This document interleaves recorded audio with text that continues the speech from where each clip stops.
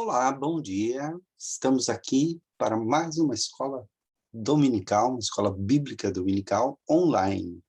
E é uma escola bíblica que você pode assistir a hora que você quiser, porque ela estará à disposição de você para que você possa rever, relembrar e guardar tudo aquilo que a gente vai estudar juntos aqui. Vamos orar?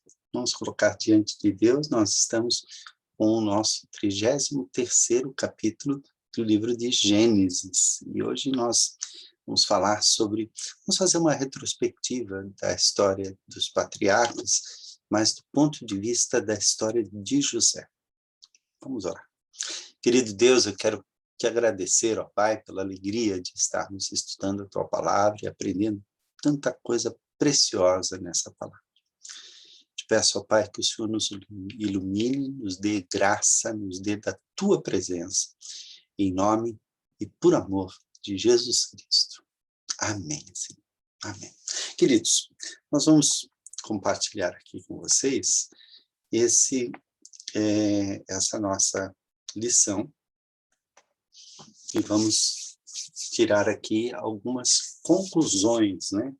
Esse é um dos capítulos mais emocionantes da história de toda a Bíblia, eu diria. É uma passagem que eu fico extremamente emocionado quando eu leio, releio e estudo. Essa cena aqui, ela coloca os 12 irmãos na mesma sala, cada um de acordo com a sua primogenitura, conforme diz o texto, quando José reencontra a sua família no Egito, e ele cria estratégias e maneiras de enredar os seus irmãos e trazê-los para junto de si. Há todo um processo que precisa ser levado em consideração e que José, a princípio, a impressão que eu tenho é que José não tinha as coisas muito bem planejadas ainda, porque ele não sabia como seria esse encontro. Ele imaginava que poderia acontecer, e eu tenho a impressão que ele ficava atento a tudo que acontecia no Egito, principalmente quando chegavam hebreus ou peregrinos para vir buscar comida durante os tempos da fome. Nós vamos descobrir nesse trecho que nós vamos ler que ainda faltam 5 anos e que os irmãos de José são obrigados a voltar. Vamos recapitular algumas coisas e vamos dar uma olhada aqui nesse capítulo 33, né, essa lição de número 33, no princípio, a dor do reencontro. Os irmãos de José precisam voltar para encontrar-se com o governador do Egito. Vamos nos lembrar que no último encontro, José os reconheceu, ele, a princípio, ele os trata rispidamente, depois de os tratar rispidamente, os chama de espiões, eles contam a história, ele indaga faz um interrogatório pesado, porque ele quer saber do seu pai, do seu irmão, se eles estão vivos ainda, ele quer receber notícias, e aí ele coloca os seus irmãos na cadeia, e talvez durante 3 dias ele reformula os planos, e ele chama e diz, olha, eu sou um homem justo, eu temo a Deus, eu não vou fazer com que um de vocês só vá buscar o seu pai, porque isso, ele deve ter imaginado que as pessoas iam passar fome, enquanto os irmãos não voltavam do Egito com os cereais. Então, a impressão que eu tenho lendo o texto e relendo é de que José vai formando o seu plano à medida em que ele vai acontecendo. Ele resolve segurar um dos irmãos, a Simeão. Ele algema o irmão, ele amarra o irmão na frente dos outros e diz, olha, ele vai ficar aqui e se vocês não voltarem, ele vai morrer. Ele fala de maneira muito dura e este reencontro é um encontro de dor. E aí eu quero falar que muitas vezes nos nossos relacionamentos, muita dor está envolvida nesses relacionamentos. E às vezes, para que a gente possa curar os relacionamentos, a gente precisa passar por certas dores. Eu diria que a dor do reencontro aqui tem um poder curativo e um poder muito maior do que a família de José. Deus está, talvez, agindo de uma maneira muito mais ampla e nos dando aí um paradigma de como curar relacionamentos humanos. Os relacionamentos humanos precisam de duas coisas que são fundamentais, que aparecem nesse texto assim, de maneira muito contundente. A primeira delas é o perdão. É preciso haver perdão, porque as pessoas se machucam, as pessoas se traem umas às outras, as pessoas causam dores umas às outras, e as mágoas que ficam no coração precisam ser curadas. E não há outra maneira de curar mágoas do coração, machucados que outros nos fazem, a não ser através do perdão. Dado o perdão, é preciso que haja a reconciliação. E a impressão que eu tenho é que todo o processo que José e seus irmãos passam é um processo dolorido para José, é dolorido para os irmãos, mas é preciso que algumas coisas venham à tona.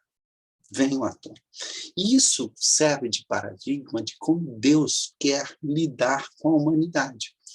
Deus está no livro do Gênesis mostrando para nós o princípio de como o pacto de Deus com a humanidade se processa. Ele também se processa através do perdão, porque nós temos a humanidade se afastando de Deus e saindo do plano de Deus. Então é preciso que haja perdão, mas é preciso também que haja reconciliação. E para que haja reconciliação, é preciso que haja arrependimento por parte da humanidade. Então, olha só, o pacto de Deus com a humanidade, ele vai se dar através da família. A família está no centro deste pacto, desta aliança que Deus faz com a humanidade. Abraão, Isaac e Jacó mostram como este pacto de Deus acontece e como ele se cumpre justamente na família, que é o centro dos relacionamentos humanos, para viver as dores de viver em família, quer dizer, para experimentar as dores de viver em família. Então, a gente vê Abraão sofrendo porque ele quer um descendente, Isaac sofrendo porque está orando pela sua esposa, porque precisa constituir família, Jacó sofrendo ao deixar a sua família base, ao tentar se inserir numa outra família, ao ser enganado por aquele que viria a ser o seu sogro, depois ser perseguido por aquele que viria a ser seu sogro, e dentro da família de Jacó, a gente vai percebendo essas dores dos relacionamentos, e relacionamentos complicados.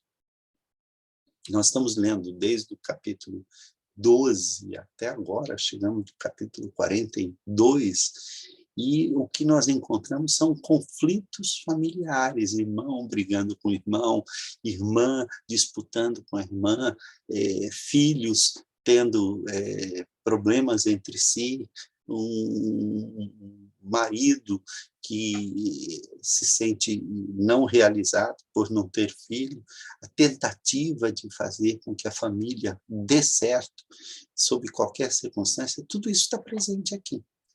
Deus quer, então, nos ensinar a viver em família e a abençoar todas as famílias da Terra. Aquelas famílias dos patriarcas, elas têm como propósito abençoar as famílias da Terra.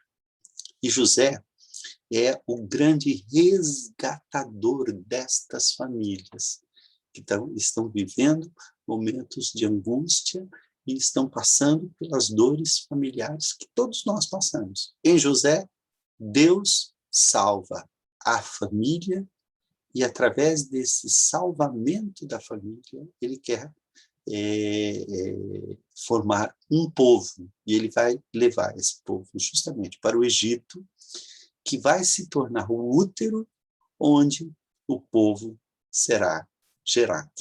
Então, nós já vimos aqui toda aquela dor de José, em toda a saga, a história de José, sendo contada de maneira linear, a gente foi prestando atenção. E existem alguns relacionamentos literários aí no texto que eu gostaria de compartilhar com vocês através deste foco, desse livro aqui, que é interessante, porque ele vai mostrar justamente o foco e o desenvolvimento do Antigo Testamento ao redor de algumas coisas importantes. Espera um pouquinho só, deixe-me, eu acho que o que eu quero passar para vocês é mais do que esse, é este aqui. Existe a história de Gênesis 37 a 42, ele segue um padrão literário muito comum entre os escritos judaicos, onde fatos vão se desdobrando e vão se unindo até que se chega a um centro, e a partir desse centro, as questões todas que são levantadas são resolvidas. Isso é chamado de estrutura de quiástica. O quiasma é aquela estrutura parecida com o menorá, né, onde você tem as hastes que são ligadas e existe um centro onde se destaca. Veja bem, olha só, você começa a história de José com o sonho de José, e o sonho dele é que a sua família vai se curvar, a palavra hebraica lá é hava, para ele, ela vai se curvar diante dele. Os irmãos veem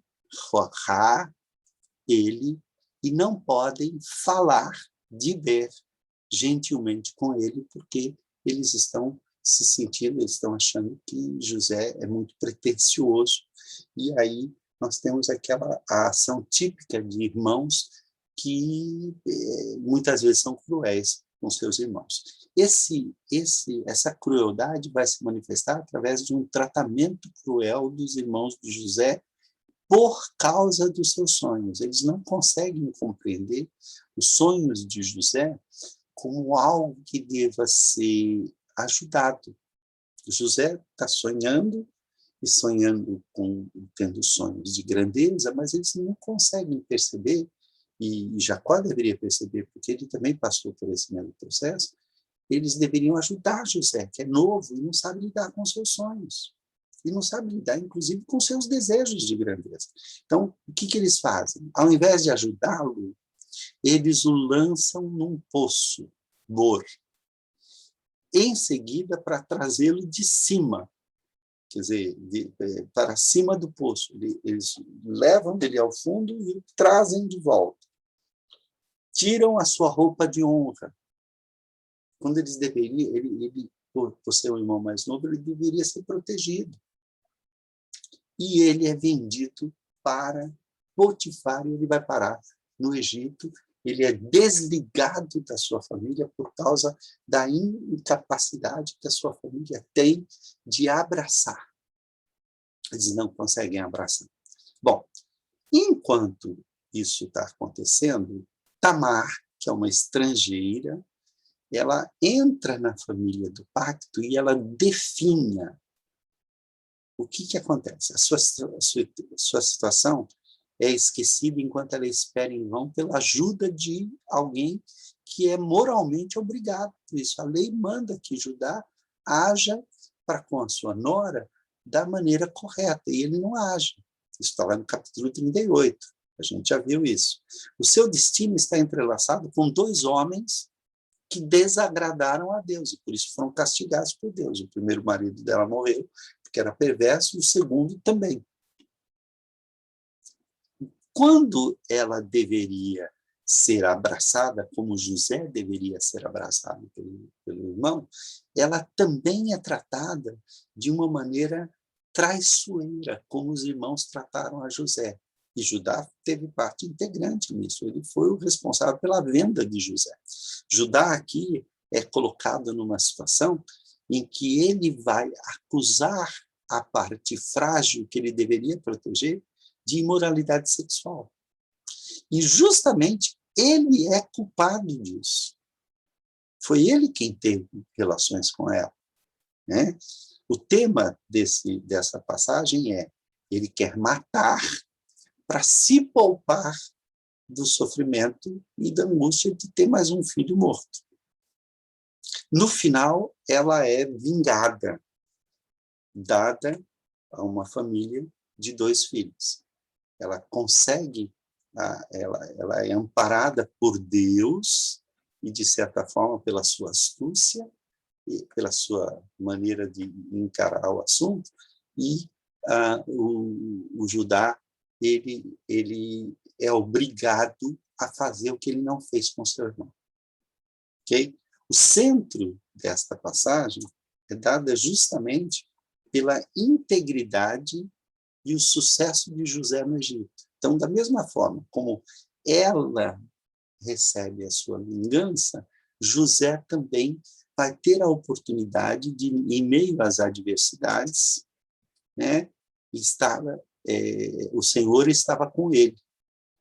Então, Deus está aqui mostrando que a salvação da família se dá primeiro através da salvação do próprio José.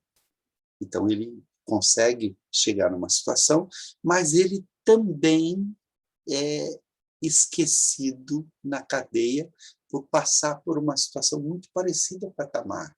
Ele é acusado injustamente de imoralidade sexual. Então, olha que interessante. Você tem onde ele sonha, ele é tratado de maneira cruel pelos irmãos. Você tem uma outra pessoa que é tratada também de maneira cruel, mas que consegue a sua vingança. José chega no Egito e, ao invés de ser uma pessoa amargurada e sem sucesso, pelo contrário, Deus estava com ele. E aí, então, ele vai passar pelo mesmo processo de definhar.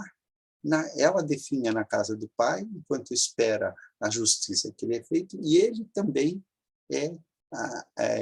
está esperando e definhando na cadeia, enquanto espera a conclusão da sua história. Olha só, a situação é esquecida, enquanto ele espera em vão pela ajuda de um que é moralmente obrigado, porque o padeiro se comprometeu com ele.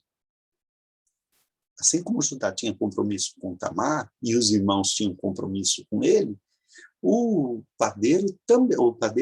copeiro também tem esse compromisso. O seu destino está entrelaçado com 2 homens que desagradaram o rei, enquanto que os 2 homens lá de Tamar desagradaram a Deus, estes desagradaram a Faraó.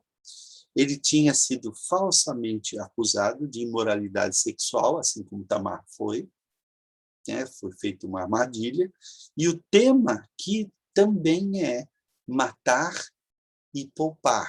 Quer dizer, ela queria que ele fosse morto para se poupar da vergonha de ter sido rejeitado. No final, ele é vindicado, ele é vingado porque ele consegue sair da cadeia, e ele também tem 2 filhos, assim como Tamar. Aí, olha só, Faraó vai fazer o que todos os outros não fizeram para José. Então, quando o Faraó interpreta os seus sonhos, note, os sonhos de José não foram interpretados.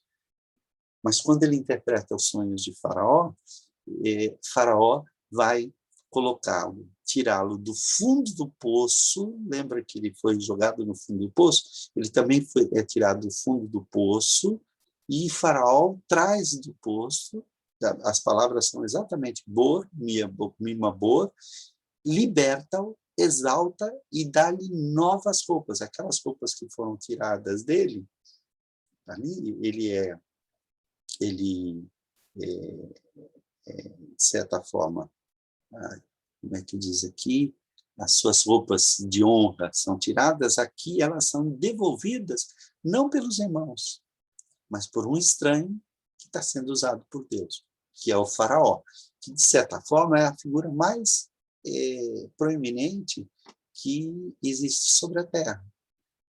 É aquele que está abaixo de Deus. Então, Deus mesmo manda o seu representante para lidar. E ele, então, casa-se com a Potífera, onde, por causa desse casamento, ele tem 2 filhos, assim como Tamar, e aí o ciclo se fecha quando o sonho de José também se realiza no capítulo 42, que nós lemos na semana passada.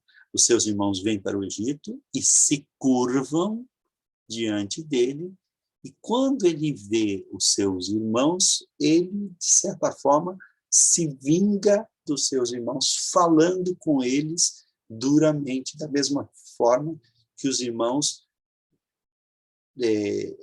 não podem falar com ele gentilmente lá no início. Então, você tem um ciclo que vai desde o sonho de José até o seu cumprimento. Ok? Quando chega o capítulo 43, que é o que nós vamos ler hoje, nós vamos perceber que começa aqui uma outra simetria. Vamos dar uma olhada nesse capítulo, para a gente poder entender o que a gente pode aprender com tudo isso. Ok? Então, vamos lá. Está aqui o texto. A gente vai ler o capítulo 43, versículo 1. Né? A gente tem aqui. A fome continuava muito grande em Canaã. Quando as famílias de Jacó, os irmãos foram numa primeira ocasião, trouxeram comida, mas criaram um problema. Por quê? Um dos irmãos ficou, eles não sabem como é que esse irmão está sendo tratado. Quando eles chegam em casa e contam o que aconteceu, o pai fica desesperado, o pai fica irredutível, vocês não vão levar Benjamim, vocês não vão... O Rúben faz de tudo para convencer o pai, e termina o capítulo 42 sem que Rúben tenha conseguido convencer o seu pai. O pai está irredutível. Só que vai chegando uma hora, a fome continua persistindo. Deus está usando esta grande fome para, de alguma forma, promover uma crise na família de José e montar a sua restauração. Para que haja o perdão da parte de José. A gente já foi informado que José parece que esqueceu, mas ele está tratando os irmãos rispidamente e tal. Será que houve perdão realmente? E se não houver perdão, não há como haver reconciliação. Então, a fome persistia gravíssima na terra. Tendo eles acabado de consumir o cereal, então chegou a uma situação irredutível, falta comida, que trouxeram do Egito, disse-lhes seu pai: voltai, comprai-nos um pouco de mantimento. Tá, só que para comprar um mantimento precisa resolver o problema. Se eles voltarem sem levar o irmão, segundo o que eles têm de expectativa, é que eles não serão recebidos pelo governador do Egito. Mas Judá, e aí não é mais o Rúben, que é o irmão mais velho, que ele tentou, fez de tudo. Judá, que parece que ainda tem alguma credibilidade, porque os três irmãos mais velhos, o mais velho deitou-se com a concubina do pai, e os outros dois envergonharam o pai numa traição que fizeram aos moradores de Siquém, onde eles mataram todo mundo. E Jacó vai dizer a eles: olha, vocês me fizeram odioso perante os olhos desses povos, eles vão se juntar contra nós. Judá ainda tem alguma credibilidade, mas Judá lhe respondeu: fortemente nos protestou o homem, dizendo: não me vereis o rosto, se o vosso irmão não vier convosco. E percebam que não somente há uma crise nos irmãos, mas há uma crise no pai. Porque o pai está vendo que ele vai perder outro filho. Ele já perdeu 2. Para ele, José está morto. E Simeão, sabe-se lá o que ele está sofrendo nas mãos do homem. Né? Se resolveres enviar conosco o nosso irmão, desceremos e te compraremos mantimento. Aí Judá tem que ser firme com o pai. Se, porém, não enviares, não desceremos, pois o homem nos disse: não me vereis o rosto se o vosso irmão não vier convosco. Ele coloca o pai contra a parede. Disse-lhes Israel: por que me fizeste este mal, dando a saber aquele homem que tinhas outro irmão? Ele tenta, né? É o tipo da fala que não resolve o problema. Né? Que adianta? Por que vocês fizeram esse mal? E o Judá responderam eles, o homem nos perguntou particularmente por nós e pela nossa parentela, dizendo, vive ainda vosso pai? Tendes outro irmão? Respondemos-lhe segundo as suas palavras. Quer dizer, eles, parece que ao falar a mentira, eles se deram bem, e agora que eles falaram a verdade, eles se deram mal. Acaso poderíamos adivinhar que haveria de dizer, trazei vosso irmão?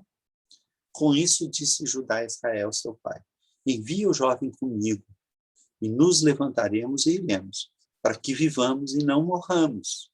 Estava correndo risco de morte. Não por causa do homem, mas por causa da fome. Nem nós, nem tu, nem os nossos filhinhos. Eu serei responsável por ele. Da minha mão o requererás. Se eu não trouxer e não tu puser à presença, serei culpado para contigo para sempre. Se não nos tivéssemos demorado, já estaríamos com certeza de volta segunda vez. Então ele tem confiança que parece que ele vai conseguir. Respondeu-lhes Israel, seu pai, se é tal, fazei, pois, isto. Tomai do mais precioso dessa terra, nos sacos para o mantimento, e levai de presente a esse homem. Jacó tem esse problema de achar que com presente ele pode comprar as pessoas. Um pouco de bálsamo, um pouco de mel, aromatas e mirra, nozes de pistácia e amêndoas. Levai também dinheiro em dobro, e o dinheiro restituído na boca dos sacos de cereal. Lembra que ele tentou fazer isso com o irmão. E o irmão diz para ele, tem coisa mais preciosa do que dinheiro, do que presente. Por que você está fazendo isso?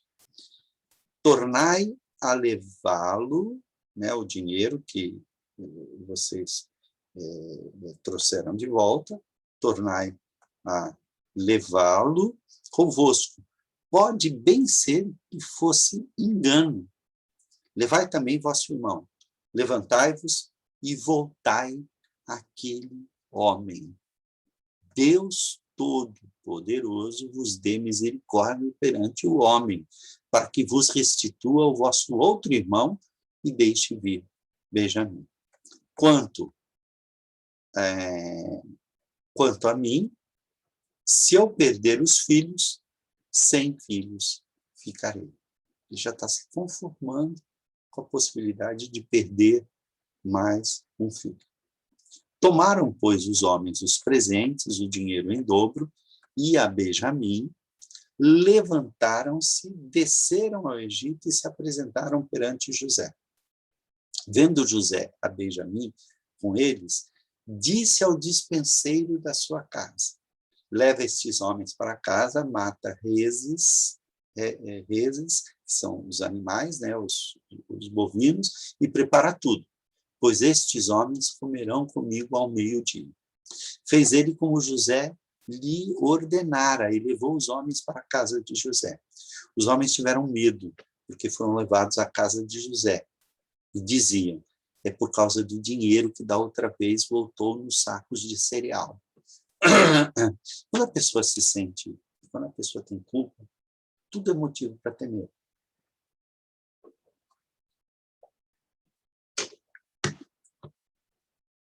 Para nos acusar e arremeter contra nós, escravizar-nos e tomar os nossos jumentos.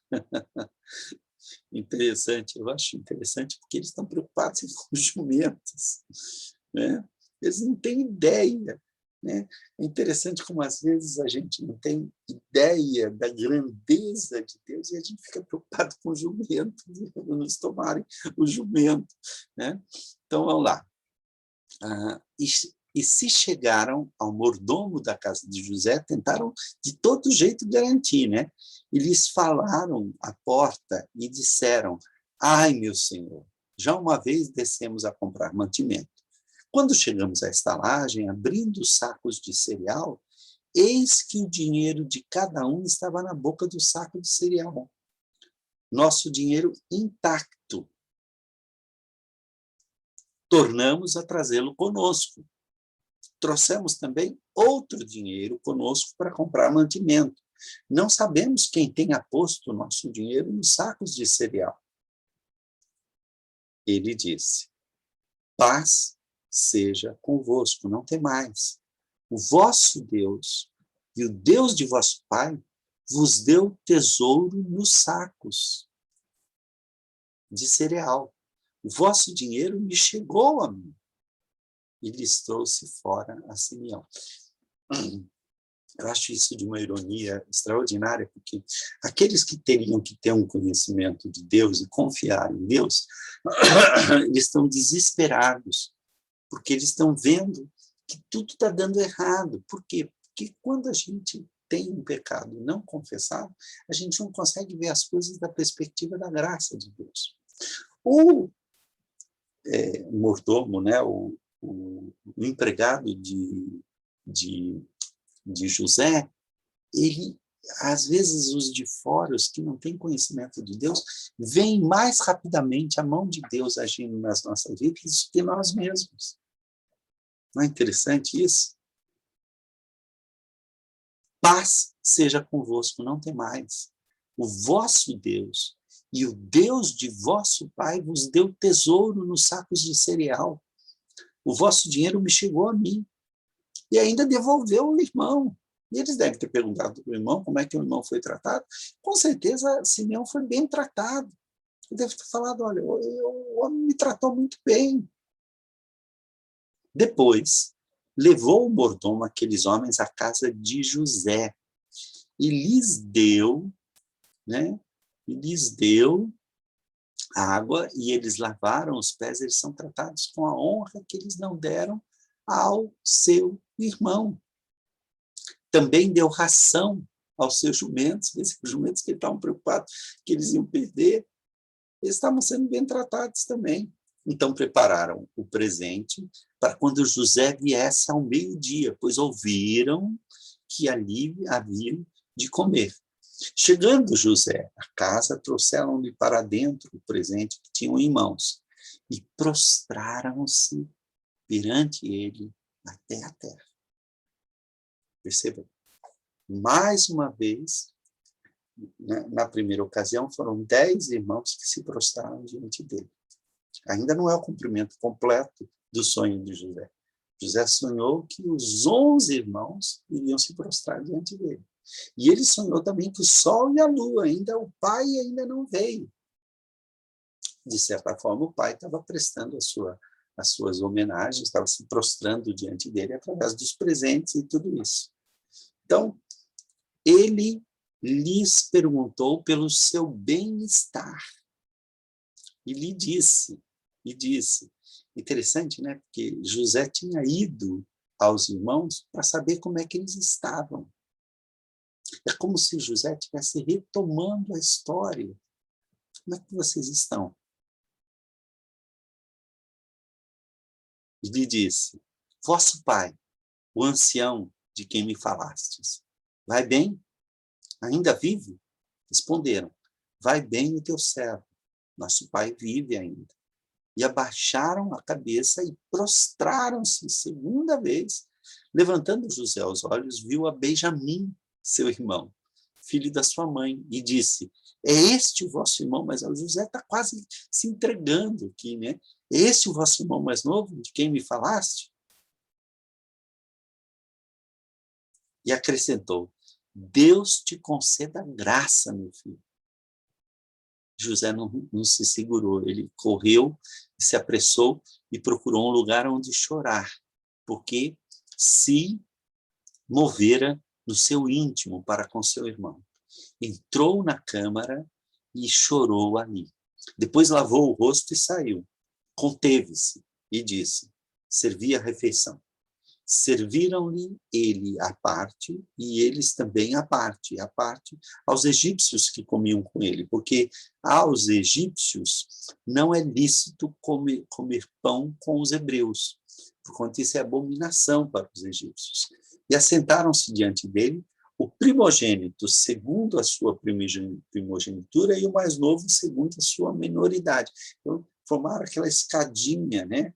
E disso os homens se maravilhavam entre si, os funcionários, os egípcios ficaram maravilhados com aquilo. Então, lhes apresentou as porções que estavam diante deles. E a porção de Benjamim era 5 vezes maior do que a de qualquer deles. Era uma maneira de honrar o seu irmão. E eles beberam e se regalaram com ele, né? Bom, José, então, deu José esta ordem ao mordomo da sua casa: enche de mantimento os sacos, saco que estes homens trouxeram, quanto puderem levar, e põe o dinheiro de cada um na boca do saco de mantimento. O meu copo de prata, pô-lo-ás na boca do saco, porque eles iam embora, e aí? A não ser que ele se rebelasse, ele ainda está procurando uma maneira de manter os irmãos junto de si. E talvez esteja planejando manter pelo menos o mais novo, né? E assim se fez segundo José dissera. De manhã, quando já claro, despediram-se estes homens, eles com seus jumentos. Então está garantido aqui que o jumento não foi roubado pelo José. Tendo saído eles da cidade, não se havendo ainda distanciado, disse José ao mordomo da sua casa: levanta-te e segue após esses homens. E alcançando-os, lhes dirás: por que pagaste mal por bem? Não é este o copo em que bebe o meu senhor, e por meio do qual faz as suas adivinhações? Procedestes mal no que fizestes. E alcançou-os e lhes falou estas palavras. Então lhe responderam: por que diz meu senhor tais palavras? Longe estejam seus servos de praticar semelhante coisa. O dinheiro que achamos na boca dos sacos de mantimento, tornamos a trazer-te, desde a terra de Canaã. Como, pois, furtaríamos da casa do teu senhor prata ou ouro? Aqueles dos teus servos com quem for achado, morra. Mania de falar demais, né? E nós ainda seremos escravos do meu senhor. Então lhes respondeu: seja conforme as vossas palavras. Aquele com quem se achar será meu escravo. Porém, vós sereis inculpados. E se apressaram. E tendo cada um posto o saco de mantimento em terra, o abriu. E o mordomo os examinou. E, começando do mais velho e acabando no mais novo, achou-se o copo no saco de mantimento de Benjamim. Eu imagino eles se derretendo quando viram o copo, né? Então rasgaram as suas vestes e, carregados de novo os jumentos, tornaram à cidade. Se eles continuassem com o mesmo espírito que eles tiveram para com José, eles teriam deixado Benjamim e voltado, e dado um jeito de tentar acalmar o pai. Mas algo tinha mudado. Chegou Judá com seus irmãos à casa de José, este ainda estava ali, prostraram-se em terra diante dele, mais uma vez. Disse-lhes José: que é isso que fizestes? Não sabíeis vós que tal homem como eu é capaz de adivinhar? Então disse Judá: que responderemos ao meu senhor? Que falaremos? Como nos justificaremos? Achou Deus a iniquidade dos teus servos. Eis que somos escravos de meu senhor, tanto nós como aquele em cuja mão se achou o copo. Mas ele disse: longe de mim que eu tal faça.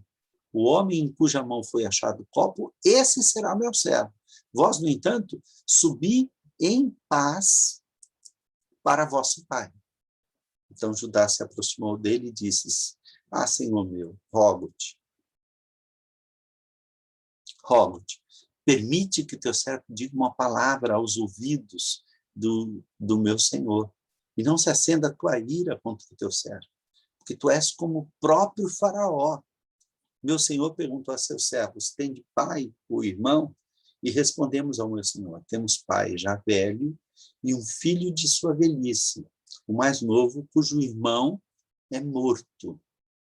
E só ele ficou de sua mãe, e seu pai o ama.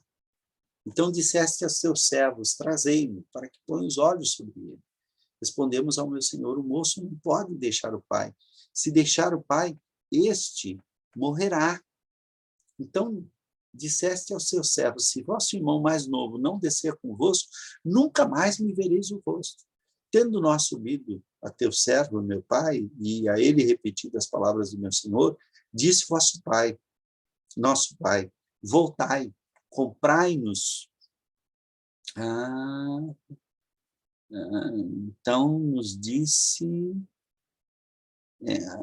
nós respondemos, né? Comprai-nos um pouco de mantimento. Nós respondemos, não podemos descer, mas se nosso irmão mais novo for conosco, desceremos, pois não podemos ver a face do homem, se este nosso irmão mais moço não estiver conosco.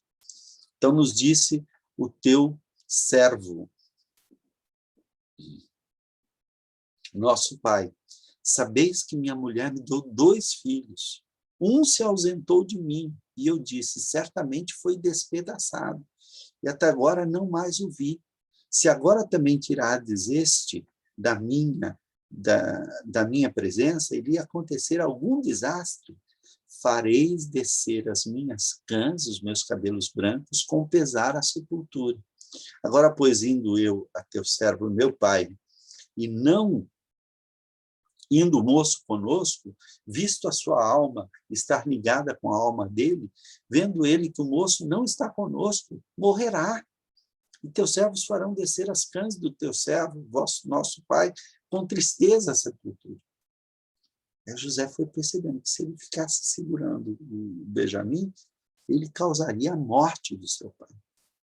Porque teu servo se deu por fiador por esse moço, para com meu pai, dizendo, se eu não tornar-te a trazer, serei culpado para com meu pai todos os dias. Agora, pois, fique teu servo em lugar do moço por servo do meu senhor.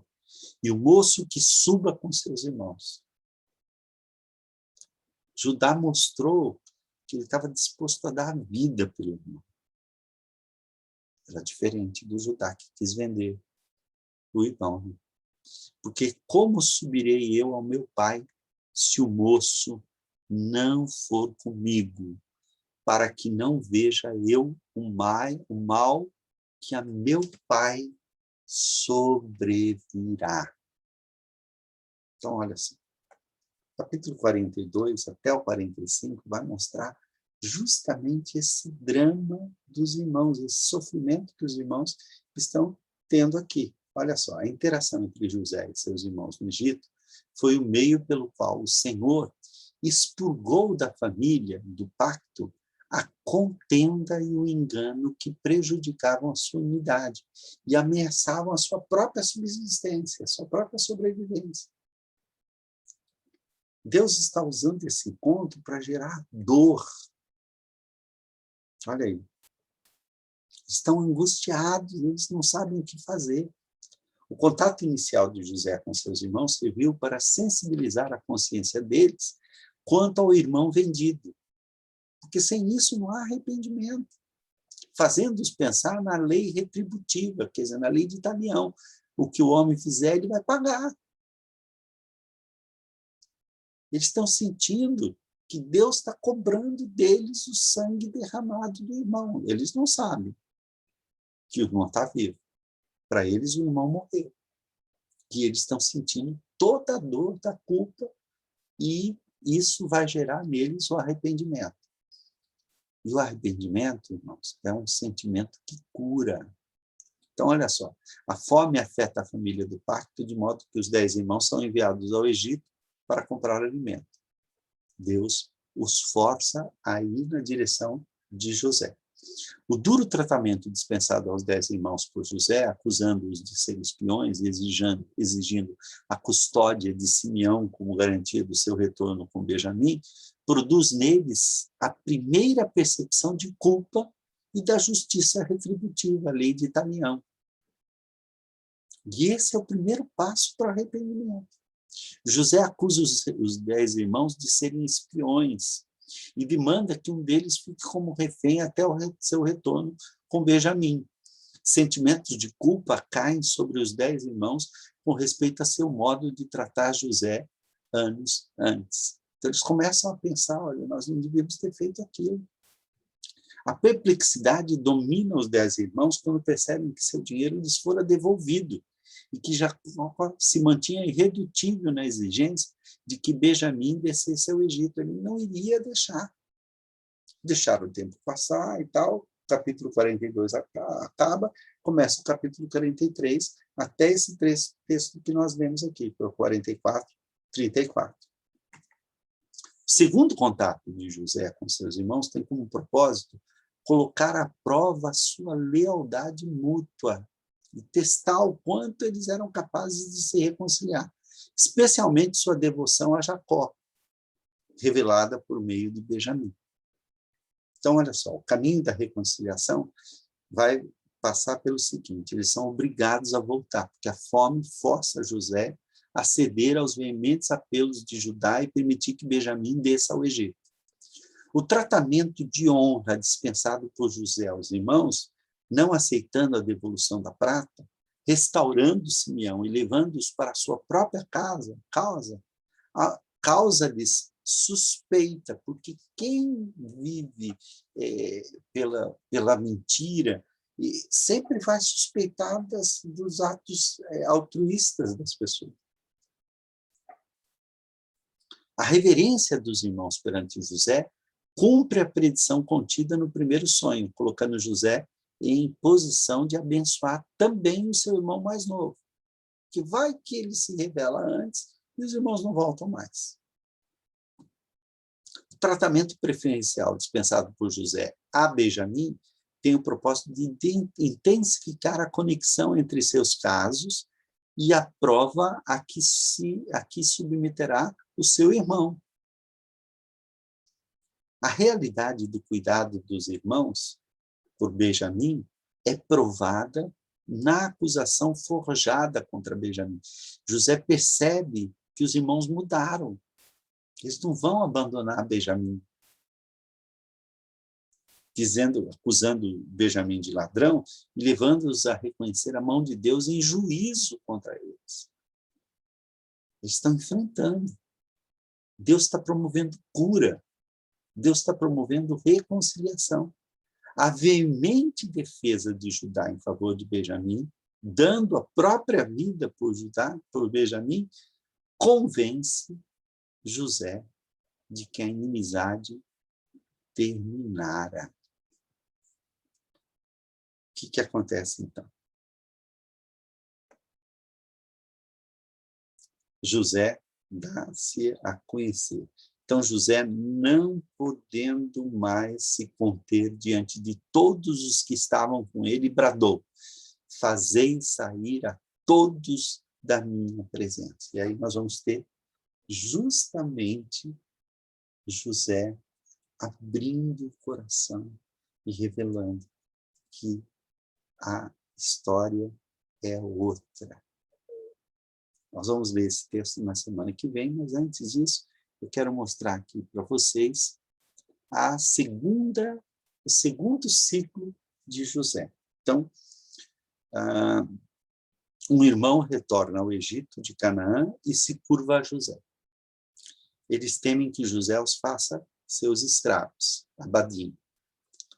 José fala gentilmente com eles, tranquiliza-os, não tenha medo ao tirá-lo, e fornece para eles. Ele chora, inclusive, escondido. José chora quando ouve que Jacó está vivo. Então, José chora muito por Benjamim e irmãos e os beija, chorando tão alto que os egípcios o ouvem. Quando ele ouve que Jacó ainda está vivo, ele dá instruções para trazer Jacó de Hebrom para o Egito. Só que isso é conversa para semana que vem, e a gente vai encerrando nosso estudo hoje. Por aqui a gente está vendo que Deus está fazendo algo muito maior do que a família de José, do que a família de Jacó, do que a família de Isaac, do que a família de Abraão. Deus está, através deste ato de perdão de José, de tentativa de reconciliação. Essa reconciliação ainda vai demorar muito, ainda vai até o final do capítulo. Essa reconciliação de José com seus irmãos vai retroagir para tudo aquilo que já aconteceu a esta família desde Abraão e vai curar todos os relacionamentos para que o povo de Israel seja levado para o Egito e aí aquela família se transforme em uma grande nação, cumprindo os propósitos de Deus na criação. Disse Deus, façamos o homem em nossa imagem, conforme a nossa criatura, nossa imagem, conforme a nossa semelhança. Disse Deus ao homem, crescei e multiplicai-vos, sede fecundos, enchei a terra, dominai-a, tende domínio sobre os animais, sobre todas as coisas. Deus está planejando para, através desta família, desdobrada em 3 gerações dos patriarcas, e agora na geração de José e das 12 tribos, 12 patriarcas de Israel, Deus está preparando para que esta bênção do perdão e da reconciliação não seja apenas uma experiência familiar, mas seja a experiência de toda a raça humana diante de Deus, que vai mandar o seu próprio filho para reviver as experiências que José teve na sua vida e diante de Faraó. Deus nos abençoe, que a graça de Jesus esteja com o teu coração. Acabou aqui o tempo. Que Deus nos abençoe e nos dê a oportunidade de continuarmos esse estudo fantástico, maravilhoso da Palavra de Deus. Até a semana que vem, se Deus assim nos permitir.